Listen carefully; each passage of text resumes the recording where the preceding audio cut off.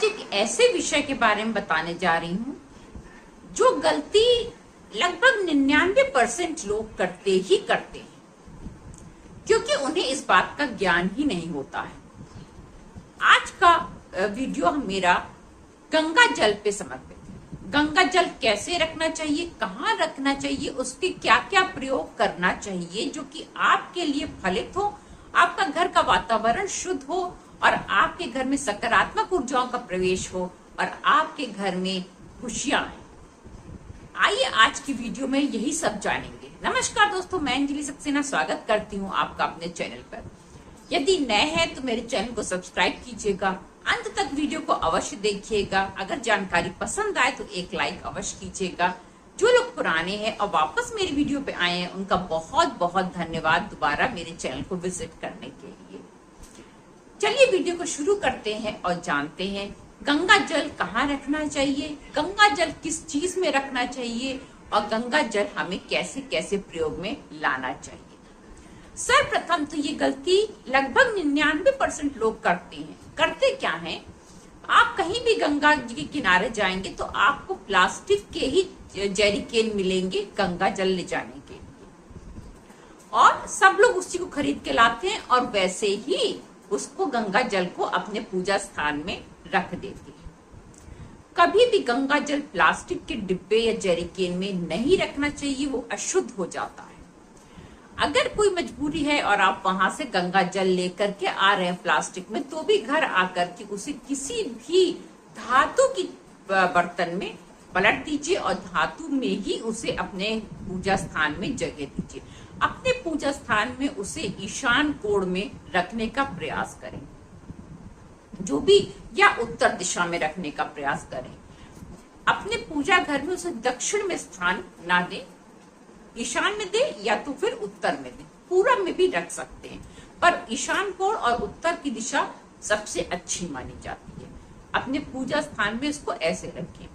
पूजा स्थान में वैसे भी जब गंगा जल रखा होता है तो उसके आसपास कोई भी अशुद्ध चीज आपको नहीं रखनी चाहिए, क्योंकि वैसे भी आपका पूजा का स्थान है तो कोई अशुद्ध चीज नहीं रखते। यदि आप पूजा स्थान में गंगा जल नहीं रखते हैं, किसी और अलमारी वगैरह में रखते हैं, तो प्रयास ये करें कि उसके आसपास कोई भी अशुद्ध वस्तु ना रखी हो। शुद्धता का बहुत ध्यान रखना चाहिए। अब गंगा जल का हम प्रयोग कैसे कर सकते हैं? सर्वप्रथम जब भी गंगा जल का आपको प्रयोग करना हो तो आप उसको गंगा जल को पहले प्रणाम करके जय मां गंगे अवश्य बोलिए और उनसे प्रार्थना कीजिए कि मैं आपके इस जल का प्रयोग करने जा रही हूँ, इस हेतु प्रयोग करने जा रहा हूँ, आप अपना आशीर्वाद प्रदान करें। ऐसा बोल के यदि आप उस गंगा जल का प्रयोग करते हैं तो आपका कार्य निश्चित ही सफल होता है, क्योंकि प्रार्थना में बहुत शक्ति होती है।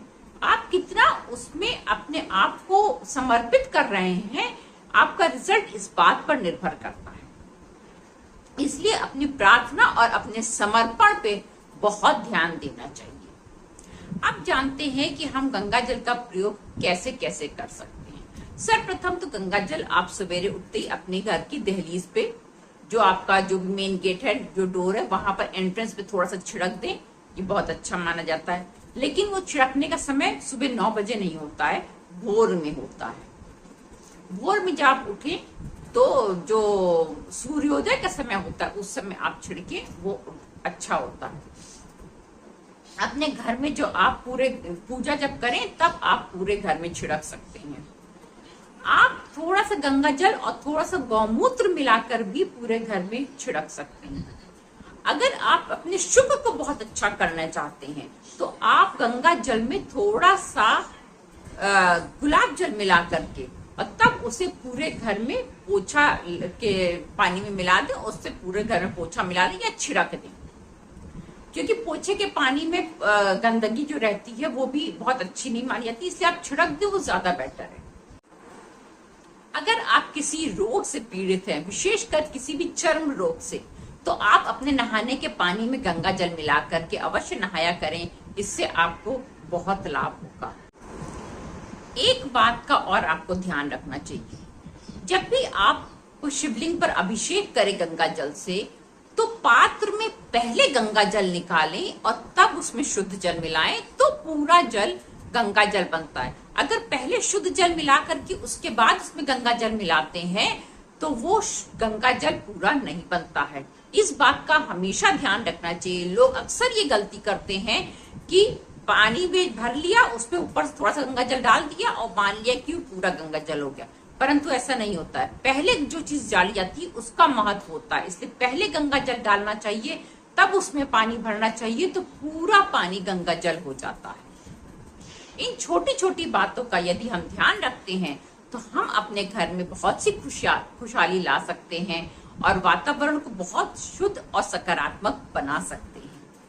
गंगा जल के लेकर के कुछ विशेष बातें हैं जो मैंने इस वीडियो में बताई हैं, उसका ध्यान हमेशा रखना चाहिए।